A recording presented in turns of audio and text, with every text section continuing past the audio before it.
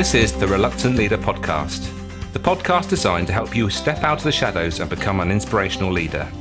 I'm your host, Mark Terrell, and each episode I will be getting to grips with a leadership topic by interviewing an expert in their field. I'll be picking their brains for those golden nuggets that will help you be the best you can be. Make sure you don't miss an episode by subscribing at thereluctantleader.co.uk, and please feel free to connect with me on LinkedIn. So let's get on with the show.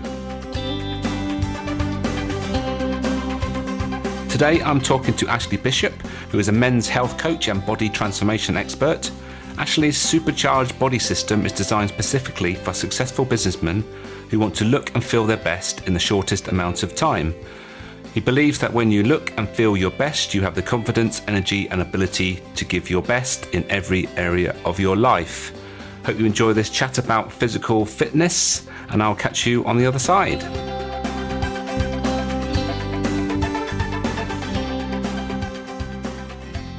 So Ashley, welcome to the Reluctant Leader Podcast. Hello, thanks for having me. I was thinking the other day that I've had lots of these conversations around leadership things, and I think I must have saw something you did or whatever it was. I suddenly realised physical fitness. I hadn't talked about that. That's ridiculous. So here we are, and we're hopefully going to give some tips and tricks to anyone in a leadership position and how they can take care of their physical fitness, which obviously leads to all the good things that come from that. But before we get into that, I think the first thing we need to know is why you do what you do and what was the pivotal moment that set you on this path. Thank you.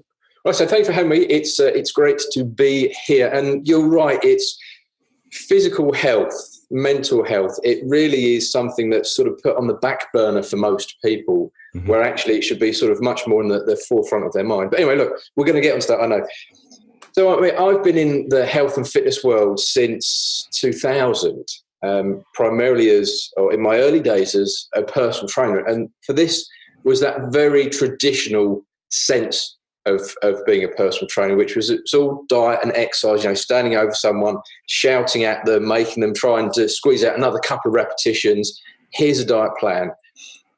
And this for me, it was a weird one because I've always been passionate about helping people, but it was really weird. It used to bug me a lot because my clients would get these amazing results while we were working together for 6 weeks, 3 months, 6 months, however long they needed.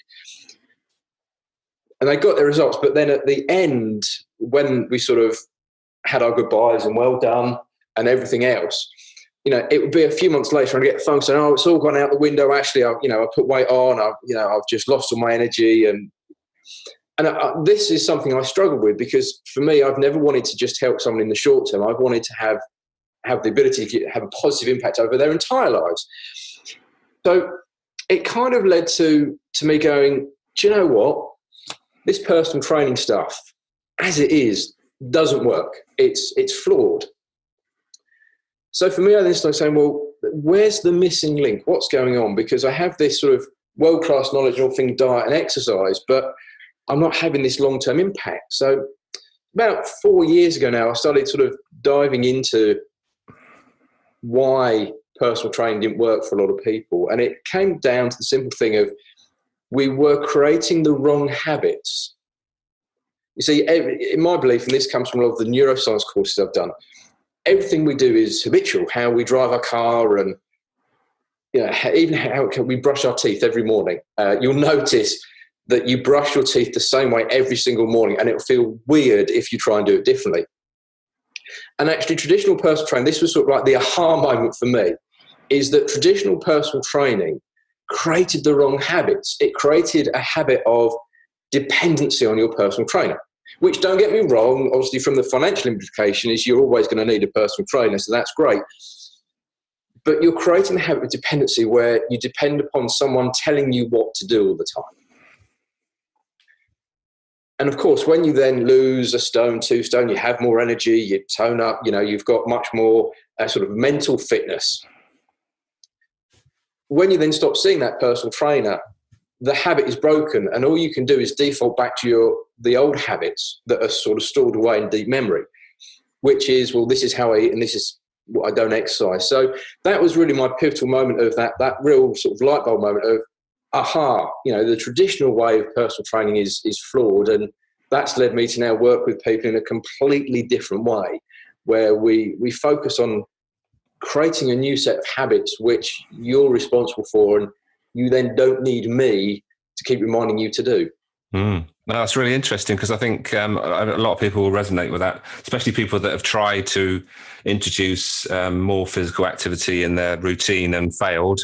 But what you're saying is it's about getting the right habits and making it part of your day to day without really having to, doing it habitually rather than just having to think about it. Yeah. Well, of course, when we exercise, we have to think about doing it. But the habit of daily exercise, just like you would brush your teeth, oh, right, it's time to do my workout.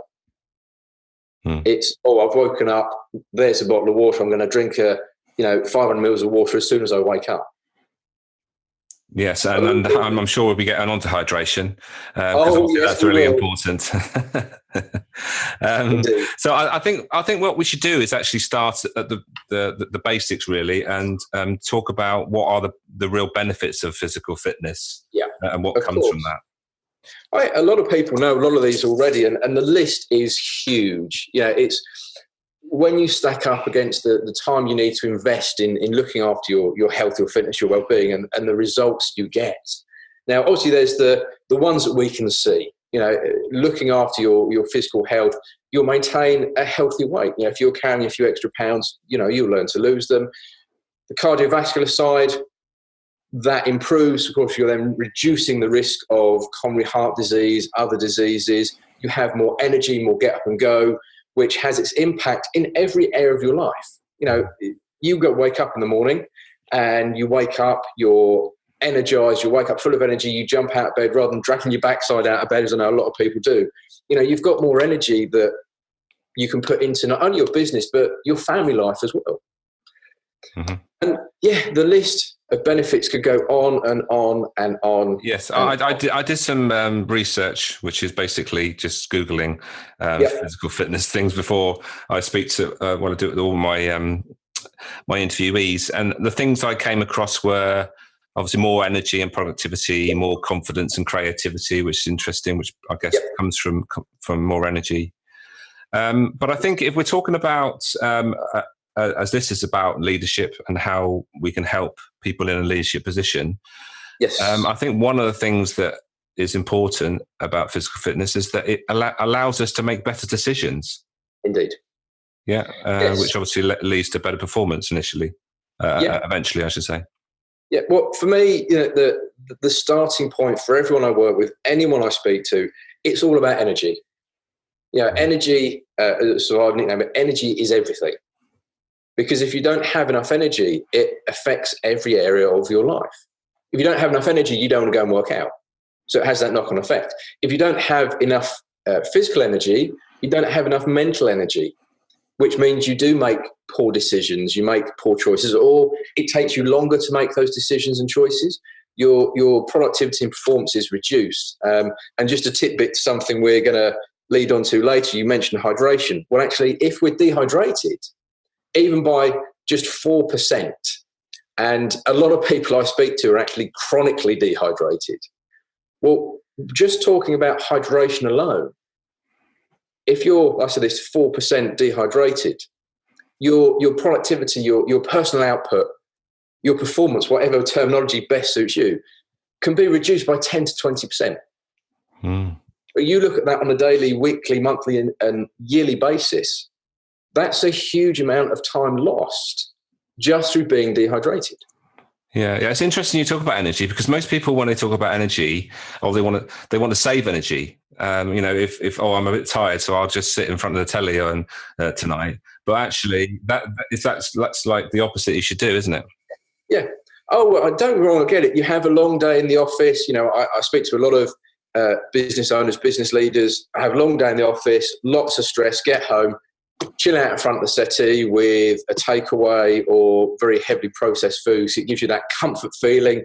Open a bottle of wine, stay up late, binge watch something on Netflix or whatever one you use, go to bed late, get up in the morning, you feel blur. And we do the exact opposite of what we really need to be doing because it's not habitual for you right now.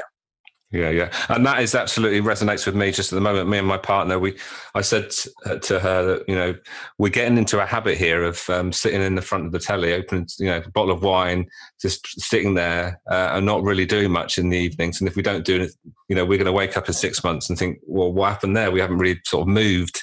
So we took that decision, joined a local gym. And one of the interesting things, actually, the first thing they got us to do was actually put us on what they called a body tracks machine. Have you come across something like that? I haven't, no. This sounds very interesting. Tell me more. Well, the body tracks machine it basically measures the composition of fat and muscle and all that sort of stuff. Yeah, and I didn't really take much notice initially because obviously I was thinking, well, obviously this is giving me information which I pretty already knew. I was a bit overweight and my muscle was not what it should be and probably too much fat. But the real realization came 4 weeks later when I went back on the machine after introducing at least 2 exercise classes, which I feel we'll talk about how to exercise and how people prefer to exercise in a minute. But after doing that and all the other bits and pieces that I was doing, I was actually measured again. From that measurement, that actually gave me the motivation to carry on because although my aim was, as most people do, is to lose weight, which I did manage to lose some weight. Actually, what happened was that my composition was even more of a motivation because I realized, or the machine was telling me, and hopefully it was accurate, was telling me that I'd put on some muscle and lost fat. So my composition was better. So that's really important, isn't it? Get some sort of feedback was really important to me anyway.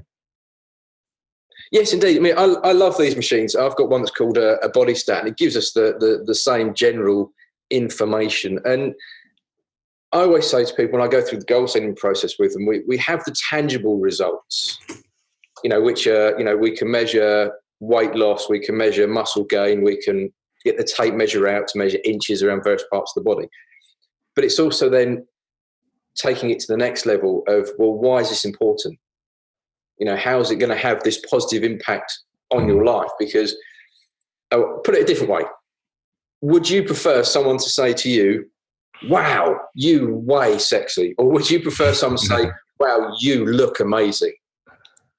So, yeah, I mean, these measurements are great things. And because motivation is quite a finite thing, especially when it comes to health and fitness, having something, you know, once a month that just gives you that check-in to reinforce it's all worth it is a fantastic way to boost your confidence and to get you to keep going.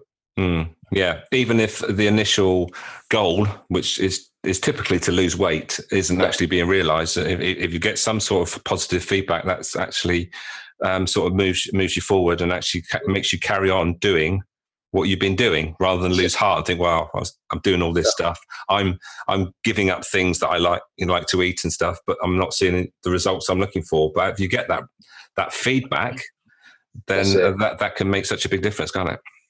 Oh, it's huge. Yeah. Okie dokie. So how can we start to make better decisions around all this then, Ashley? For me, it's all about layering it up. You know, a lot of people, in my experience, I've seen time and time again, they go on a health kick. And obviously, I know it depends when you're listening to this, but we're recording this on the run up to Christmas. So in January normally comes the health kick. You know, this year is my year. You've said that for the past 8 or 9 years, but this year is going to be different for some reason. I'm going to go on a health kick. And I just see a lot of people, they go mad. They try and change everything at once. And of course, that for a lot of people, especially when you are short on spare time, is quite overwhelming. You know, I'm changing my diet. I'm trying to sort out my sleep. I'm drinking more water. I'm going to the gym. I'm doing this and this and this and this. It's much easier to start with just a couple of quick wins. You know, get a couple of quick wins under your belt. Get something notable happening. You know, get some more energy, and that then gives you that stimulus, that motivation to take the next step.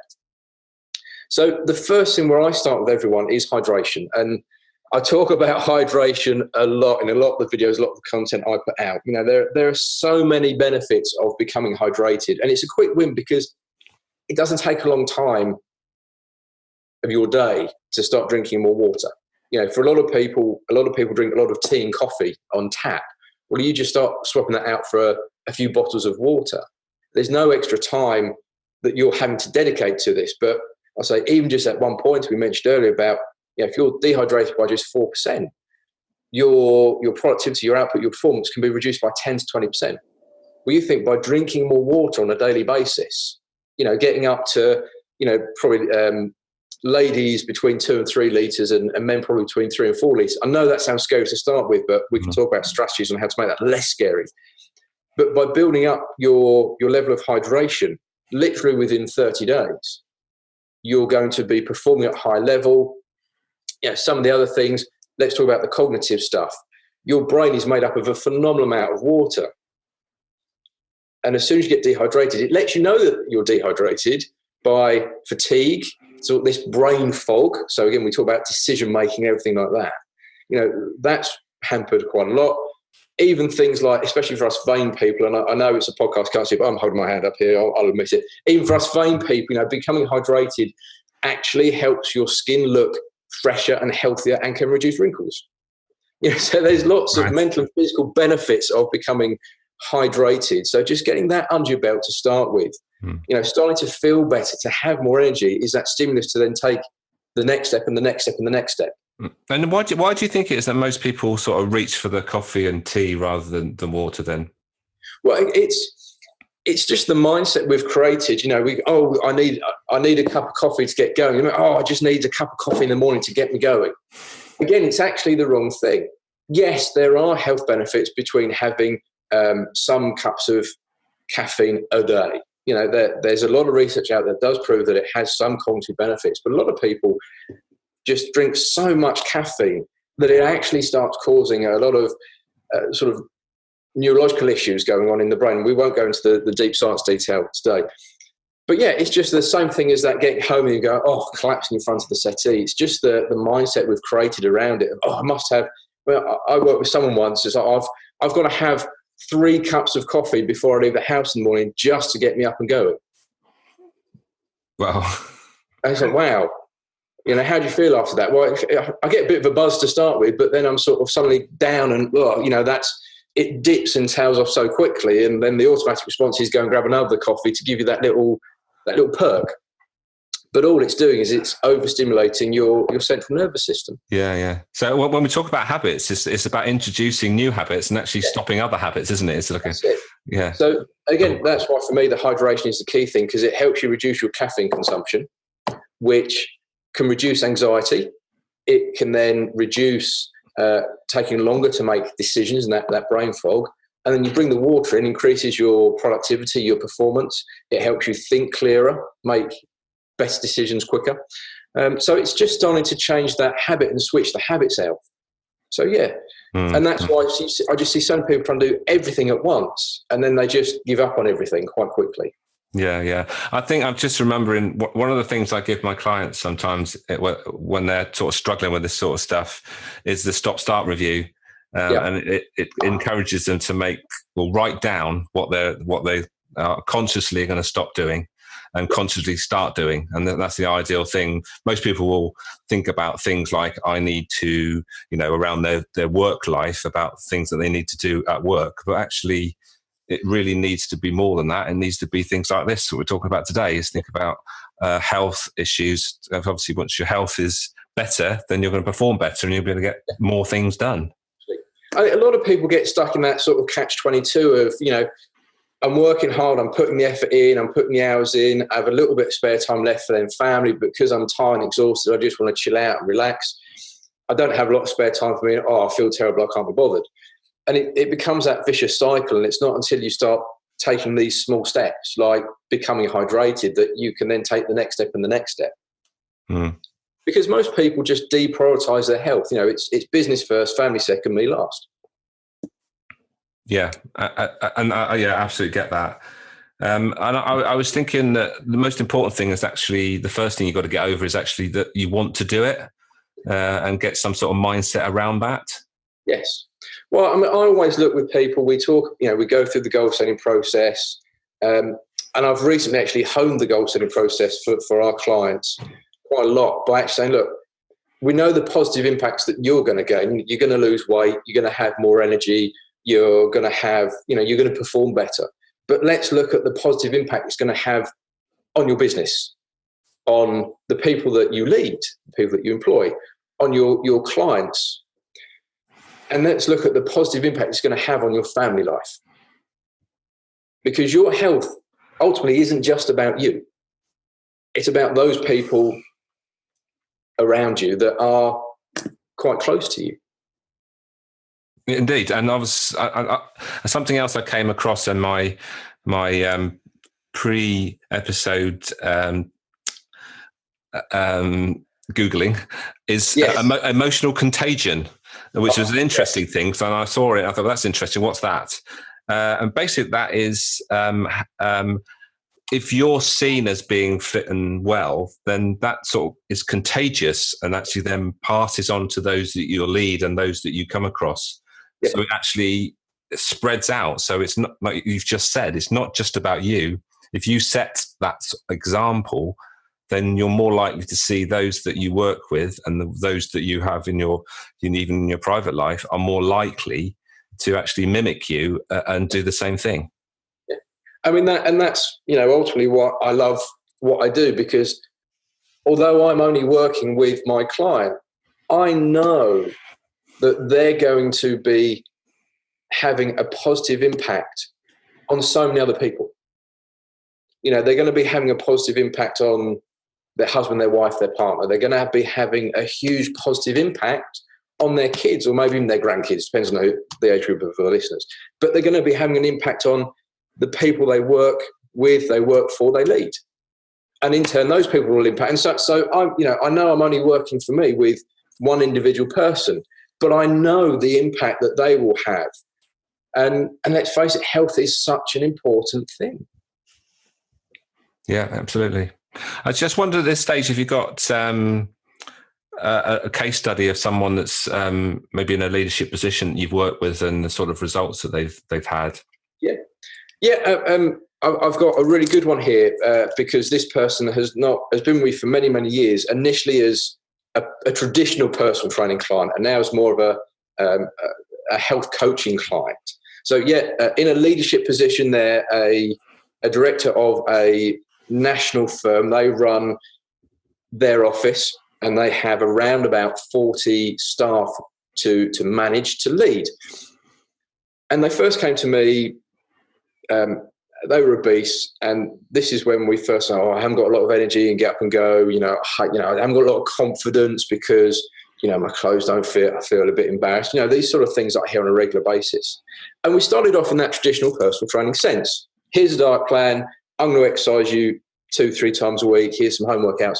And they would get results, but then a few different things would happen. They'd get overstressed at work and they would then regress. They'd stop coming for a bit while they had a bit of a meltdown. Then they'd come back and we'd start again to put weight on. And this went on for several years. And then I got to the point where I started, starting to learn these new things and actually realised that it's about creating these new various different habits and managing stress better. And I said, look, we've been doing this for how many years? You've lost weight, you put it back on. You've lost weight, you put it back on. But now look, let's take this new approach. Let's work together this way, because I believe for you, it's going to get you far superior results and have much bigger impact on your life. So they agreed. And within the space of 1 year, they had lost 5 stone and they've kept it off. They feel happier. They're managing their work stress a lot better. They've got more energy. One of the biggest things that we sat down, I think this will have a big impact to our listeners, is they openly admitted when we're talking about energy, they said, look, it just gets to about 2 o'clock in the afternoon and I'm just shattered. And I just know from then 2 o'clock till 5:30 when I leave the office, I'm just not getting a lot done. It's taking me double the time to get work done. So we started implementing a few really simple strategies. Hydration was one. And the other one, which I suppose we'll give people now, is going out for a 10, 15, 20-minute walk on your lunch break, getting some fresh air, listening to some music, focusing on your breathing. And literally within a month of them doing that, they were energized all day long. They were getting more done in the afternoon. They didn't have this 2 o'clock energy lull anymore. They were getting more done. They were going home. They had more energy then for family time. And there were some nights I was getting messages at 10 o'clock at night saying, Ashley, I know I should go to bed now, but I've just got so much energy. I'm going to have to go and get a bit more work done. Fantastic. That's brilliant. I was going to say to you, when you talk about that 2 o'clock thing, most people sort of put it down to that after lunch lull, and they think about what they might have eaten. But I guess we haven't mentioned it yet. We haven't talked about nutrition, but obviously that's important as well. Hugely. We'll talk about nutrition now. So nutrition, it's a minefield. Let's face it, there's a lot of information out there. There's a lot of faddy diets out there. But for me, a lot of people completely and utterly miss and just don't understand what I call food foundations. And a lot of people go on these faddy diets, these meal replacement shakes, all these different ones, these fashionable diets that are out there at the moment. And they sort of follow blindly, whereas they don't really learn, well, how is this having an impact on me? I'm just doing this because it's going to make me lose weight. And of course, you can do it for a certain period of time, as most people do. Most people last on a diet, maybe 2 months maximum. And then they stop doing it because it's unsustainable. And then they go back to old ways. Well, for me, and what we sort of teach and our clients do, it's all about understanding these food foundations. Not to a point where you're becoming a nutritionist yourself, because, you don't need to. Let's face it, you don't need to. You pay people to give you that education. But just understanding, the basics of, well, I get X amount of calories per day. This is how many calories per day I should be having. If I exceed this, I'll put weight on. If I come underneath this, I'll lose weight. Yes, I've seen you talk about the calorie deficit stuff, which is obviously calorie deficit or calorie surplus. Yeah. If you want to lose weight, just get yourself in a calorie deficit. It really is that simple. And you look at these diets. A popular one at the moment is going gluten-free, which always makes me chuckle, because people go gluten-free, but then they buy these pre-made gluten-free products from supermarkets, which are probably worse for you than the normal product, which always makes me chuckle. You see these breads and these cakes and all this kind of stuff. But all you're doing is the reason why you lose weight is you're putting yourself in a calorie deficit because you're taking out foods. So it's understanding things like that. My best advice here is to download a free app.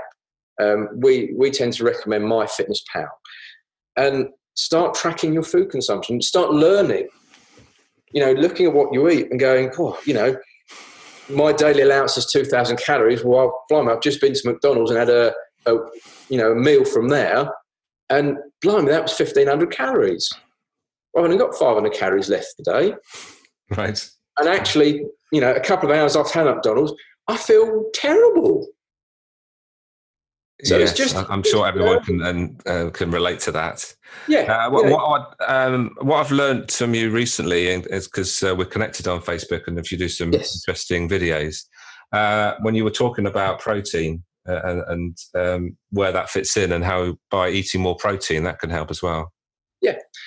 Protein, a lot of people are afraid of protein because they think, it's going to make me big and muscly. And honestly, you have to consume so much protein to make that happen. Along with the correct training protocols. I've got many of my peers and acquaintances come from the bodybuilding world, and when you look at the time and the effort they have to put into training and the ridiculous nutritional protocols that they have to follow, when you then look at you and I, who people who just want to be, as I call it, fit for purpose, we don't have to be anywhere near that point. So a lot of people are afraid of protein, but protein really is essential because ultimately our entire body is made of protein. Our entire body is made of amino acids, which is protein. So we need good quality protein to help with muscle, bone, organ repair, growth and development. It's also a great source of energy. And the key thing with protein, and this is where it links in with calorie consumption, is protein keeps us feeling fuller for longer. Protein keeps us feeling fuller for longer. It far outweighs carbohydrates or fats. So actually having a diet, whatever you want to call it, that you're getting a decent amount of protein in will actually help reduce hunger pains, which Right. of course in turn helps reduce calorie consumption. So if you're wanting to shift a few pounds, there we go. Yeah. I mean, I'm sure everyone's seen. There seems to be a proliferation of new items hitting our shelves that are labelled as protein this and protein that. Yeah, high protein. Even our without mentioning particular chocolate bars, but there's chocolate bars with the protein option. Which is confusing, isn't it? Because we start linking to the old product, which is probably just packed full of fat and sugar, to protein, and then think, oh, okay, well, I'll just replace it with that, and that should be okay. But I'm guessing that probably that's not the right thing to do. Not really. I mean, the main thing with nutrition is nothing is bad for you. Nothing is bad. Chocolate isn't bad for you. Ice cream, I love ice cream, by the way. It's not bad for you. It may just be the volumes that you're having are not working for you. It's a bit like, let's face it, let's look over the past few years. A couple of years ago, sugar was the worst thing ever. And now carbohydrates are getting an absolute battering at the moment. Carbohydrates aren't great for you. They are. Actually, sugar, your brain that uses glucose to function. You need sugar. Carbohydrates are a great source of energy. So it's all about balance. Yeah, it's about going, do you know what? Having 6 chocolate bars a day is probably not a great idea. Having, a chocolate bar every other day just to fix my chocolate craving, fine. Yeah. So it's but this comes back to it's about just learning the basics around food. Learning this. This actually keeps me feeling really full. This I eat, and it gives me that instant satisfaction, that gratification, that reward. But actually, an hour later, I'm really hungry again. Yeah. Okie dokie. It's all good stuff. We're not running out of time just yet, but I think the important thing here is to make sure that we give some tips on exercise. Yes. We met. I say met. We've not actually met in person, but we met online because we're part of a golfing networking group. Obviously, that's sort of exercise. I don't sort of count it as exercise because you don't tend to get sort of hot and sweaty in most cases. But what sort of exercise can people start to do? Excellent. I'm glad you brought the golf up because a couple of things with the golf, right? Depending upon whether you push a trolley or carry a bag, and if you are on a golf cart driving around or walking around, if you walk and carry your bag, a round of golf, and these are estimates as well, by the way, but an average round of golf, you'll burn between 12 and 1,500 calories. Right. If you carry the bag. So when we talk about wanting to lose weight, well, that is almost half a pound of fat. Because to burn 1 pound of fat, you've got to be in a calorie deficit of 3,500 calories. Right. Okay. But golf is exercise. Golf is what we call, there are 2 types of exercise. Golf is one type of exercise called NEAT, N-E-A-T. Non-exercise activity thermogenesis. No pop quiz on that one. NEAT short. But this is talking about how we burn calories. Okay. So there's a lot of research come out recently that suggests having a standing desk burns, I believe it was 100 calories more per day than sitting down because you're standing up. Going for a lunchtime walk is NEAT exercise because you're burning more calories, you're increasing your heart rate, your breathing rate. All right, not excessively, but it is still being increased. So even simply looking at ways of how can I move more? This is all neat exercise. Yeah, and the good thing about golf is it's not on your own; you're with others. And I've noticed that there are lots of benefits to golf, as we both know, and I'm sure we could soon take this on a tangent just talk about golf races. But yeah, golf is a great form of exercise. I've worked with one of my clients, a business leader, also played golf, and they were playing 3 times a week, and they started carrying their bag. Well, that alone, before we made any other changes, that alone was putting them into a calorie deficit. And that would have equated to roughly 1 pound of fat loss per week, potentially. Right. I can remember actually one of the first events I went to in the group that we're members of. And the guy said, well, the first tip I'll give you, mate, is to stop carrying a bag and get a trolley. And I said, oh, okay, thanks for that. Needless to say, he was quite a bit overweight. And obviously I did explain to him, I said, the reason why I play golf is actually for the physical activity as well as, and I want to use it as part of my sort of fitness thing, and carry on, I know, is giving me a bit more. But what I've noticed actually, setting golf aside, is that for me, I'm not very good at going to the gym. A lot of people think, I join the gym, and they don't go. And the reason I don't really enjoy the gym is because I've noticed that I'm actually better when I'm exercising with others. And the gym thing can be quite solitary. So that's one thing to be really sort of mindful of, isn't it? Which sort of environments you exercise in. That's it. I mean, let's move on to then the other type of exercise, the dedicated exercise. So this really comes down to what you enjoy. This is why I tend not to stand over people making them exercise anymore. Because it's finding exercise enjoy, and most people don't enjoy going to the gym. It becomes a chore. It's something that I've got to do. And of course, when that happens, it's very difficult to make that habitual.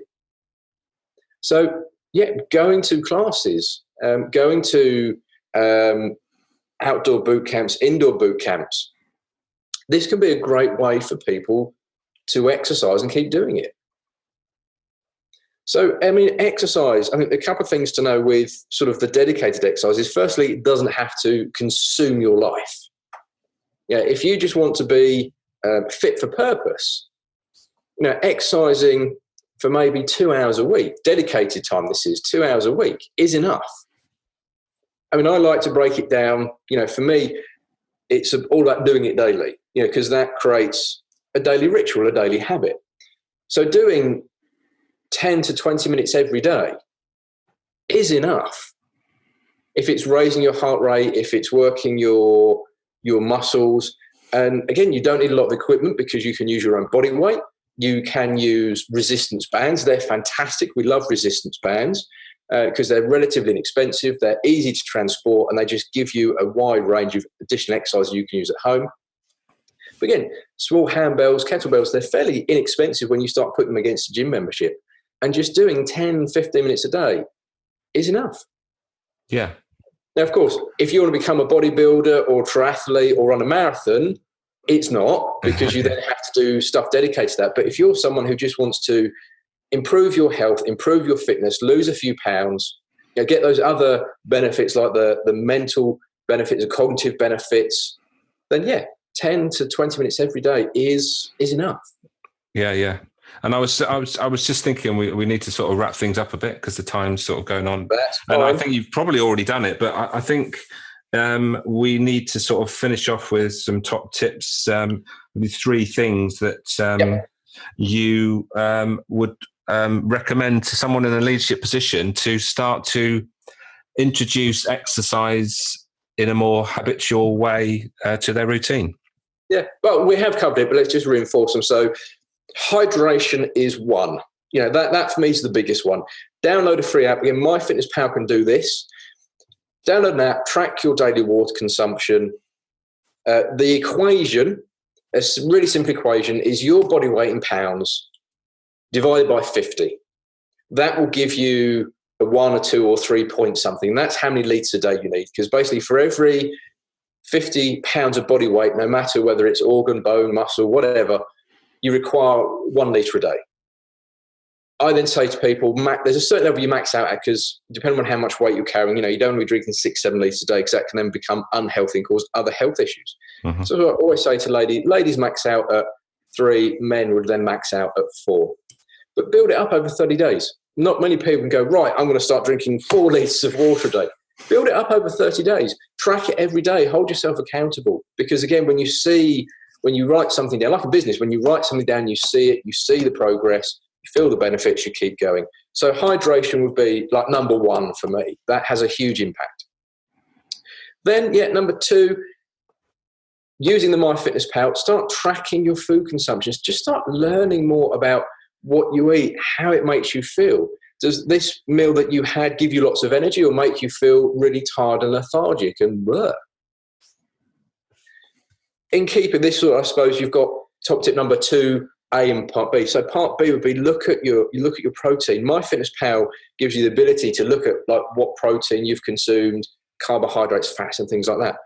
And just make sure when you look at that information, make sure you're getting between 1 to 1.5 grams of protein per kilogram of body weight. So if I was 70 kilos, I'd want to be getting between 70 and just over 100 grams of protein per day. It's going to help keep you feeling fuller for longer. It's going to help with muscle and bone growth, development, maintenance, and it'll help reduce calorie consumption if you want to. Give you more energy. You doing that will help you overcome that afternoon energy lull. And then finally, exercise. Again, can be a 2-part one here. Exercise. Move a little bit more. Look at this knee exercise. Go out for a walk on your lunch break. That's going to really help you focus and be more productive in the afternoon. And then for the other sort of dedicated exercise, test different things out. A lot of gyms now will do, a 2-week free pass because they want to get your business. Well, go and try it out for 2 weeks. If you like it, join. If you don't, try something else. Go to some classes. Start running. Find what fits you, what you enjoy, and that you can fit into your lifestyle. Fantastic. I think there we go. Three top tips. Absolutely fantastic. Yeah. Well, thank you, Ashley, for today. It's been great to catch up with you, and I'm definitely going to take on board what you said. Until I see you next time, hopefully on a golf course, I'll say thanks very much. You're welcome. Thank you very much for having me.